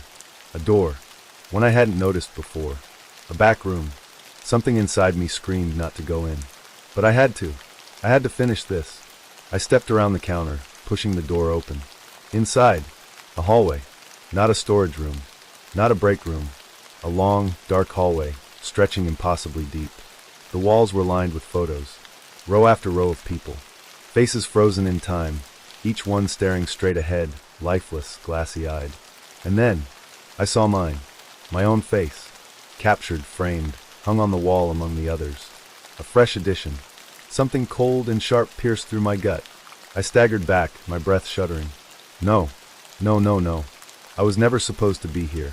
My heartbeat pounded in my ears as I stumbled back toward the counter. But the attendant was gone. The lights flickered. The shadows stretched. The gas station began to change. The floor beneath me shifted. The shelves disappeared. The walls melted into blackness. The space was unraveling. And then, a voice. Soft. Right behind me. You can't leave. I spun around. But there was nothing there. Just darkness. Something cold wrapped around my wrist. A hand. I gasped, jerking away, but I couldn't move. The darkness pulled, dragging me back, swallowing me whole. And then, I was driving. The RV hummed beneath my hands. The road stretched ahead, smooth and dark beneath the headlights. I blinked. The gas station was gone. The night was quiet. My hands were steady on the wheel. My fuel gauge was full. And sitting on the dashboard, a receipt. Crisp. Unfolded. The inked word glaring back at me. Paid. I stared at it, my breath slow, my thoughts empty. Somewhere, deep inside, I felt something unravel. Like a thread being pulled loose. Like a door closing behind me. I wasn't sure what had happened. I wasn't sure if I had escaped. Or if I had just taken someone else's place. I swallowed hard, forcing my eyes back to the road. And I drove. Not looking back. Never looking back. Because I knew. If I did, I might see him sitting in the passenger seat. Waiting. Smiling. And this time, he wouldn't let me leave. Next story. I always loved the solitude of night drives. There was something peaceful about the way the world emptied out. How the hum of the RV's tires against the road became a steady heartbeat in the silence. The highway stretched ahead of me, a ribbon of asphalt disappearing into the darkness, with nothing but the glow of my dashboard and the occasional distant headlights to break the monotony. Tonight was supposed to be like any other long drive, just me, my RV, and the open road. I had been driving for hours, trying to push through the last stretch before stopping for the night. The fuel gauge was dipping toward empty, my eyelids felt heavy, and the coffee I had downed at the last rest stop was wearing off. That's when I saw the exit sign. Exit 206, gas, food, lodging. A small town off the highway. Perfect. I didn't recognize the name, but that wasn't unusual. I had passed through dozens of tiny, nameless places on these cross-country trips. I flicked my blinker and eased onto the off-ramp, rolling toward what I assumed would be the usual setup. A gas station, a fast food joint, maybe a rundown motel if I wanted to stretch out for a few hours. As I took the turn, I noticed how empty everything felt. No traffic. No other cars merging off the highway. Just me. I shrugged it off. It was late. Most people were already where they needed to be. The road led to a gas station first, a flickering neon sign buzzing above the pumps. The place looked old. One of those small, family-run stations with a single attendant booth. The lights inside the booth were on, but I couldn't see anyone inside. I pulled up to the pump, killed the engine, and stepped out. The air was thick with that distinct highway scent, oil, distant asphalt, a hint of something damp from the trees beyond the lot. I walked up to the booth window, knocking lightly. No answer. I knocked again. Still nothing. Leaning in, I peered through the smudged glass, but the inside was empty. The chair behind the counter sat slightly askew, like someone had just left. A cup of coffee sat on the counter, steam still curling from the top. Weird. I glanced back at my RV, then at the pump. It was one of those old-school setups that required activation from inside. I could see the nozzle swaying slightly, moving as if someone had just used it before me. Maybe the attendant stepped away for a second. I decided I'd wait. But as the minutes ticked by, a strange unease crept up my spine. The lot was too quiet. Even in the dead of night, gas stations weren't supposed to be this still. I turned back toward the road. Across from the station was a small diner, its neon sign reading simply, the ATS. The fluorescent glow illuminated the empty parking lot, casting long shadows against the cracked pavement. Inside, a few booths were visible through the windows, but I couldn't see any movement. Maybe I could find someone in there. I decided to check it out. As I walked toward the diner, something made me pause. From where I stood, I had a clear view of my RV's rearview mirror, angled just right to catch a sliver of the gas station behind me. There was a man standing by the pump. I froze. The figure was tall, dressed in a jacket too dark to make out details. He stood perfectly still, hands resting at his sides, facing my RV. He hadn't been there a second ago. I had just been at that pump. A sharp prickle of fear crawled up my arms. Slowly, I turned my head to look back at the station. There was no one there. The lot was empty. The pump was still swaying slightly, but the man, whoever I had seen, was gone. My breath came out shakier than I'd have liked. I forced a nervous chuckle, rubbing my arms. Tired. I was just tired. I'd probably seen my own reflection in the mirror, distorted by the angle, or maybe a trick of the flickering lights. Yeah, that had to be it. I quickened my steps to the diner. A small bell jingled when I pushed open the door, the warm scent of coffee and fried food filling my nose. It looked exactly like I expected: chrome stools, checkered floors, a faded menu above the counter listing breakfast served all day. But no one was inside. No cook in the kitchen. No waitress wiping down tables. No murmured conversations of late-night travelers. Just the faint hum of an old radio, playing static between bursts of distant voices. "Hello." My voice sounded small against the emptiness. Nothing. A plate sat at the counter, a half-eaten burger resting on the porcelain. A cup of coffee, still hot, sat beside it. It was like someone had just been there, like they had taken a bite, sipped their drink, and then vanished. A creeping sense of wrongness settled in my chest. I took a step back toward the door when I heard it. A hollow thud. It came from outside, from the direction of my RV. I turned, my stomach twisting into a knot. Through the diner's window, I could see the reflection of my vehicle parked outside, bathed in the glow of the buzzing neon sign. The driver's side door was open. I hadn't left it open. And worse, the rearview mirror was angled downward now, as if someone had touched it. A deep, suffocating dread settled over me. Something was wrong. Very wrong. I had to leave. Now. I bolted from the diner, my pulse hammering as I sprinted to the RV. I threw myself inside, slammed the door shut, and locked it. My hands trembled as I jammed the key into the ignition and turned it. The engine rumbled to life. I stole one last glance at the gas station, the diner, the empty streets. Then I slammed the RV into drive and sped toward the on-ramp. The highway appeared ahead, stretching into the safety of the dark. My breathing finally began to steady as I merged back onto the open road. I drove for 10 miles, then 20. I exhaled a breath of relief as the tension in my chest began to ease. I must have just been seeing things. Maybe the town was abandoned, or I had wandered into a place where people kept to themselves. Either way, I was gone now. I'd find another exit in an hour or so, get gas, and put this behind me. Up ahead, a familiar sign loomed in the distance. Exit 206, gas, food, lodging. My stomach dropped. I watched in frozen horror as my headlights illuminated the same off-ramp I had just left. The same flickering gas station. The same neon diner sign glowing in the dark. I hadn't gone anywhere. And in my rearview mirror, the driver's side door of my RV was open again, trying to rationalize the first loop. I kept my hands tight on the wheel, my fingers stiff with an unexplainable tension as I took the exit again. Maybe I had been too distracted. It was late, after all, and the road had been a monotonous stretch of darkness for miles. The sign above read Exit 67, Wilmot Rest Stop, in the same dull green and white font as before. The curve of the ramp sloped downward into the familiar off-ramp, a long, sweeping turn bordered by tall trees, their branches knotted into skeletal fingers. Ahead, the same gas station sat under flickering fluorescent lights. Did we just do this?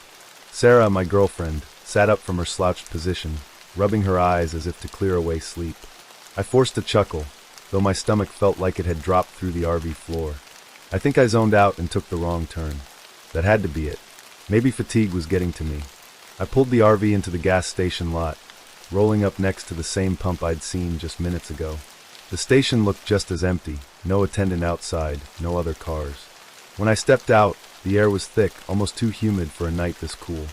I moved toward the store, intending to grab a coffee or something to jolt me awake. But as I reached for the handle, a cold shiver crawled up my spine. Inside, the same cashier from earlier stood behind the counter, motionless. He wasn't doing anything, just standing there, eyes locked on the entrance as if he had been waiting for me. Something about him felt off. I hesitated before entering. "Hey, do you have a bathroom?" The cashier's lips barely moved when he responded. "Back left." I hurried inside, but as I passed the aisles, something gnawed at me. The shelves were stocked in the exact same way I had seen them earlier, right down to the crooked candy bar display on the counter. The coffee station had the same small spill near the cups. The neon hot food sign above the rollers buzzed with the same faint flicker. My stomach churned. Had I been here before? I mean, yeah, obviously, but just minutes ago. Inside the restroom, I splashed cold water onto my face, taking deep, measured breaths. You're tired. That's all this is. Long road trips mess with your head. But as I reached for the paper towels, I froze. The dispenser was empty. I knew it was empty because it had been empty earlier, and I had wiped my hands on my jeans instead. I turned back toward the mirror, my reflection a little paler than I liked to admit. I shook my head, forcing another laugh under my breath. This is nothing. I just need sleep. Still, my hands trembled as I dried them on my jeans again, just like before. The second loop, unease sets in. Back in the RV, I forced myself to stay focused. We're getting back on the highway, I said, tightening my grip on the wheel. No more stops. Sarah gave me a puzzled look, but didn't argue. She yawned, stretching her legs across the passenger seat, and leaned her head against the window. The road ahead stretched into darkness, the dashed white lines hypnotic in the glow of my high beams. I kept my eyes on the horizon, forcing my thoughts to clear. It was a simple mistake. It wouldn't happen again. But then the exit appeared. The same exit. Exit 67, Wilmot Rest Stop. I felt a chill spread through my chest. I pressed my foot down on the gas, determined to not take it this time. But as I passed, the road ahead didn't stretch forward like I expected. Instead, it curved right back around, guiding me into the very exit I was trying to avoid. The RV's tires hit the curve, and I let out a sharp breath. This wasn't right. This wasn't possible. Sarah sat up again, staring ahead. Didn't we? I didn't respond. I couldn't. I took the ramp, this time gripping the wheel so tightly my knuckles went white. Ahead, the same gas station sat in its fluorescent glow. I pulled into the lot again, my pulse hammering in my ears. This time, before I even stepped outside, the store's automatic doors slid open, and the cashier stood there, staring out at me, waiting. I put the RV in reverse and slammed my foot down. The tires screeched as I sped backward, then turned sharply back toward the on-ramp. Sarah was gripping the seat, her breath shallow. What the hell is going on? I couldn't answer. I didn't have one. The third loop, the unseen passenger. The RV rumbled forward again, my foot pressed firmly on the gas. I didn't care about the speed anymore. I just wanted to outrun whatever was happening. The road twisted in a way it shouldn't. No matter how fast I went, no matter how much I focused on moving straight ahead, the exit always returned. Exit 67, Wilmot Rest Stop. I gritted my teeth, my breath coming in short bursts. This isn't real. This isn't happening.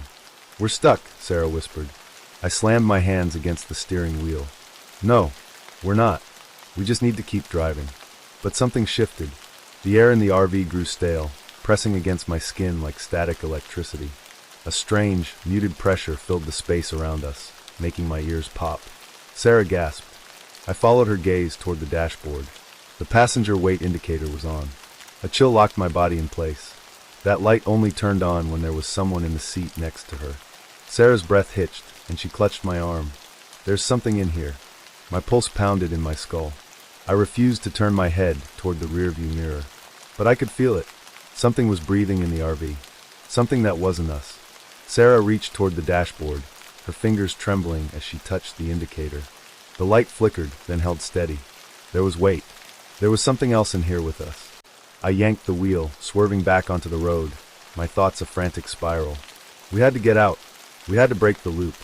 But even as I tried to speed forward, I knew deep down I was going to see that exit again. And next time, whatever was in the RV might not just sit in silence, breaking the pattern, or trying to.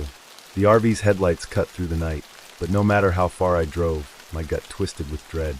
The road didn't feel real anymore. The asphalt was too smooth. The trees along the roadside blurred together like an impressionist painting. The more I focused, the more wrong it all seemed. Sarah clutched the armrest, eyes darting back and forth across the empty highway. What the hell is happening?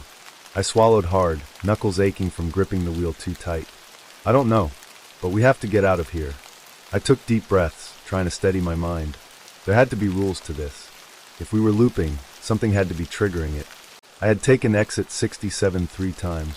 What if I just didn't take it? I kept the RV steady, heart hammering in my chest as I watched the green sign appear ahead. Exit 67, Wilmot Rest Stop. My stomach twisted. It wasn't just reappearing. It looked identical to the last time. Every detail was the same. The slant of the sign, the bend of the trees behind it, the slight flicker of the overhead light. I forced my foot down on the gas, determined to speed past. "Hold on," I muttered. Sarah tensed as we blew past the exit, the RV humming as I pushed the speed limit. I kept my eyes forward, hands steady on the wheel. I counted. 30 seconds. A minute. 2 minutes. Then, the road curved. My hands shook. Exit 67, Wilmot Rest Stop. "No," I whispered. Sarah choked out a sob. "We just passed that." I swerved at the last second, tires screeching against the pavement as I took the exit again. My entire body tensed, heart beating so hard it felt like my ribs would crack. The gas station sat beneath the buzzing streetlights. Waiting. My hands trembled. I threw the RV into park, my breath ragged. "This isn't real," I muttered under my breath. But the air inside the RV felt heavier, pressing in on me like the space itself was shrinking. Then, knock, knock, knock. My head jerked toward the passenger window. Sarah stifled a gasp, shrinking back into her seat. Outside, a man stood in the shadows. His face was obscured by the dim light, but I could tell he was tall, his posture stiff, his arms hanging unnaturally at his sides. He knocked again, not like someone asking for help, like someone who expected to be let in. Knock, knock, knock. Goosebumps erupted along my arms. I couldn't move. Sarah's voice barely came out. "Did you see him?" I nodded, throat too tight to speak. The man tilted his head, as if he'd heard me. I swallowed, and then he did something that turned my blood to ice. He took a slow step forward, just enough for the light to catch his face. It was me, my own face staring back at me through the window. Only it wasn't right. The features were all off, his eyes too hollow, his skin slightly too stretched. Like something that had watched me for too long and tried to copy what it saw. Sarah let out a sharp breath. Then, knock, knock, knock. This time, the sound came from the back of the RV. The RV isn't empty anymore. My entire body locked up. Sarah whimpered, covering her mouth with her hands. Slowly, I turned toward the rearview mirror. A dark shape stood in the hallway leading to the back of the RV. It wasn't fully formed, just a shifting shadow, its outline blurry and wrong. But I could hear it breathing. Wet, slow, heavy. The air turned suffocating, like the oxygen was being drained from the space. My head throbbed, and I could barely think past the ringing in my ears. "Sarah," I whispered, "don't move." She was trembling violently, her breaths coming too fast. The weight indicator on the dashboard flickered, then stayed on. My hands shook. The thing in the back of the RV didn't move, but it watched. I could feel it, the way its presence pressed against my mind, like it was learning me, like it was becoming me. Then, in a voice that sounded almost human, it whispered, "Turn around." The words crawled under my skin, slithering into my bones. My breath hitched. Sarah whimpered, tears streaking down her face. I couldn't stay in here. I couldn't stay in here. Without thinking, I reached for the ignition. The lights in the RV cut out. Everything plunged into pitch darkness. Sarah screamed. I couldn't see, couldn't breathe. The air was too thick, the silence too deep. And then, right next to my ear, a whisper, "Turn around. Escape is impossible." I fumbled blindly, my fingers shaking as I twisted the keys. The engine roared to life, flooding the RV with dim dashboard light. Sarah was still next to me, her chest rising and falling in ragged breaths. But the back of the RV was empty. The shadow was gone. I didn't waste another second. I slammed my foot on the gas, tires screeching as we lurched forward. The RV burst out of the parking lot, gravel spraying behind us. The road stretched ahead, the empty highway yawning into darkness. I kept my foot down, hands locked on the wheel. Sarah choked out a sob. We have to call someone." I didn't answer. I couldn't. I could still feel it. Something was wrong. The road ahead felt too familiar. The pattern of trees, the curve of the asphalt, the subtle flicker of a distant light. My stomach clenched. I knew what was coming before I even saw it. The green sign loomed in the distance. Exit 67, Wilmot Rest Stop. Sarah shook her head violently, gripping my arm. No. The road curved. I fought the wheel, trying to resist, but it was like something was pulling me, forcing me back. The exit swallowed us whole. The gas station stood in the distance, waiting. The RV slowed on its own, despite my foot still pressing the gas. The tires crunched against the pavement, guiding us back to the same parking spot. The lights inside the store flickered. A figure stood behind the glass doors. This time, he wasn't just watching. He was smiling, breaking down the illusion. The RV lurched to a stop. The gas station stood ahead, waiting for me. The attendant was behind the glass doors, his too wide smile stretching across his face like a mask. His eyes were wrong, dark, bottomless pits that sucked in the light around them. Sarah was shaking beside me. Her nails dug into my arm, her breathing ragged. "No," she whispered. I can't do this again." I gritted my teeth, forcing myself to think. There had to be a way out. I couldn't just keep playing along. The rules of this loop, whatever they were, relied on us following the pattern. Taking the exit, stopping at the gas station, letting them inside. I tightened my grip on the wheel. "Don't move," I said. Sarah barely nodded. The man behind the glass tilted his head, like he was listening. Then he stepped forward, and so did the thing in the back of the RV. No escape from the copies. A deep, slow creak filled the RV as the weight shifted behind us. Sarah squeezed her eyes shut. I didn't want to turn around. I knew what I would see. I could feel its presence pressing against my mind, watching me with something more than sight. But I couldn't stop myself. My gaze flicked to the rearview mirror. It was me. The thing in the back of the RV had my face, but not just a reflection. It was perfectly still, skin too tight, hands resting on the counter in an unnatural position, like a mannequin waiting to be posed. A sickening chill curled in my gut. Sarah must have seen it too, because her voice came out in a thin whisper. "Oh my God!" The copy of me twitched. Then it moved. Not like a person, not even like an animal. It jerked forward in unnatural mechanical bursts, its joints bending just a little too far, its head turning with a sharp click, click, click. The air warped, the space inside the RV twisting like a mirage. "Turn around." The voice came from everywhere. From the copy, from the walls, from the air itself. Sarah screamed. I snapped back toward the front windshield. The gas station was closer now, but the attendant was no longer inside. He was standing right outside the RV, inches from the passenger door. Watching, waiting. The locks clicked open. The RV turns against us. My heart stopped. I hadn't touched the locks. Neither had Sarah, but the doors were unlocking on their own. The air thickened, pressing against my lungs like something alive was wrapping around me. Sarah was gasping, hands gripping the seat. I can't move," she choked out. Neither could I. The RV was holding us down. The door handle turned. My mind screamed at me to run, to fight, but my body refused to respond. The more I struggled, the more the space inside the RV seemed to twist around me, holding me in place. Like I was sinking into it. The door creaked open, and the attendant stepped inside. But it wasn't just him anymore. As he moved into the dim light of the dashboard, I saw what he really was. His skin rippled, shifting between different faces, mine, Sarah's, strangers I didn't recognize. Blurring, reforming, stretching. He took another step forward. His smile never changed. "It's easier if you don't fight." The final decision, fight or submit. A force pressed down on my chest, pinning me in place. I couldn't breathe. The thing that wore my face in the back of the RV started moving forward, its head twitching unnaturally, that same click, click, click echoing through the small space. "Turn around." The voice warped, splitting into multiple tones at once, some familiar, some unrecognizable. Sarah was sobbing now, her entire body trembling violently. My mind raced. If I didn't do something now, we would be replaced. I didn't even know how I knew it, but I felt it. We weren't meant to be here. We weren't meant to leave. We were meant to be consumed. The copies would walk out in our place. No one would notice. No one would know what had happened to us. No one ever would, burning the illusion down. I forced my fingers to move, fighting against whatever invisible force was keeping me down. Just a little more, just enough to reach. My pocket knife.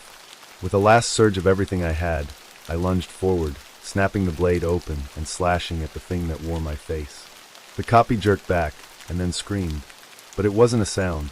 It was a distortion of everything around us. The air rippled, the space warping violently like a shattered mirror. Sarah gasped, and suddenly she was free, her arms flailing as she scrambled away. The RV lurched, like reality itself had been broken, and I knew what I had to do. I grabbed the keys and twisted them hard. The engine roared. The thing that had worn my face recoiled, its features melting, shifting too fast to hold a form. The attendant let out a low, unnatural hiss. And then, they lunged. I slammed the gas. The RV screeched as it tore forward, slamming into something invisible, and the world split apart. A blinding white light filled my vision, a deafening sound swallowing me whole. And then, silence. Escape or another illusion. My head slammed against the steering wheel as the world snapped back into place. The blinding light was gone. The suffocating weight that had pressed against my chest was gone. The RV was moving. Sarah let out a sharp gasp beside me, her fingers clutching my arm. The highway stretched out ahead, dark, empty, and real. No gas station. No attendant. The exit was gone. I blinked hard, my hands locked around the steering wheel, my breath coming in ragged bursts. Was it over? Had we actually escaped? Sarah looked at me, her face pale and streaked with tears. "Did we do it?" she whispered. I didn't know. I wanted to believe it, but something inside me hesitated. The world felt wrong, like the edges hadn't fully settled back into place. I stole a glance in the rearview mirror. The back of the RV was empty. No copies. No warped reflections. Just us. And yet, a deep, gnawing dread curled in my gut. Something still wasn't right. The first omen. We drove in silence for miles. The road stretched endlessly ahead, the distant glow of city lights promising safety. But I didn't feel safe. Sarah had her knees pulled to her chest, staring out the window. Neither of us spoke about what had happened. Because how could we? How do you explain escaping from something that shouldn't even exist? I glanced at the GPS, desperate for normalcy. But when my eyes landed on the screen, my stomach dropped. The ETA hadn't changed. Not since we left the gas station. The clock was still frozen at 2:37 a.m. My pulse spiked. I flicked my gaze to the dashboard clock. 2:37 a.m. The time hadn't moved. Sarah must have noticed my shift, because she turned to me, her brow furrowed. What? I opened my mouth, then stopped. Would telling her make it real? Or was I just imagining things? The radio crackled. Just for a second. A faint burst of static. Sarah and I both froze. We didn't touch it. The dial hadn't moved. But deep within the white noise, something shifted. Like a voice. A whisper. I reached out with a shaking hand and turned the knob. The static cut out. Silence. Sarah's breathing was shallow. She turned away, gripping her seatbelt tighter. Neither of us said a word. But I knew. We hadn't escaped. The return of the exit. The city lights in the distance never got closer. No matter how long we drove, they remained just out of reach, shimmering like a mirage. The GPS still showed no progress. And then, Sarah gasped. She was pointing out the windshield, her hand trembling. My blood ran cold. There, rising up from the darkness ahead, was a green highway sign, one we had seen before. Exit 47, rest stop and gas. My vision blurred, my fingers going numb against the wheel. No, I choked out. We hadn't turned off. We hadn't circled back. But the exit was there, standing impossibly ahead of us. Waiting. Sarah shook her head violently. This isn't happening. This isn't real. But it was. The headlights illuminated the familiar curve of the off-ramp. The rusted guardrails. The faded asphalt. We were back. I couldn't breathe. I pressed the gas, determined to go past it, to push forward no matter what. But as we passed the exit, the road ahead bent. The sky distorted, like the air itself was stretching, warping. And then, before I could react, the highway snapped back, and we were right in front of the exit again. Sarah screamed. My hands shook violently as I gripped the wheel, my vision swimming with nausea. The road was forcing us. We weren't driving anymore. We were being led.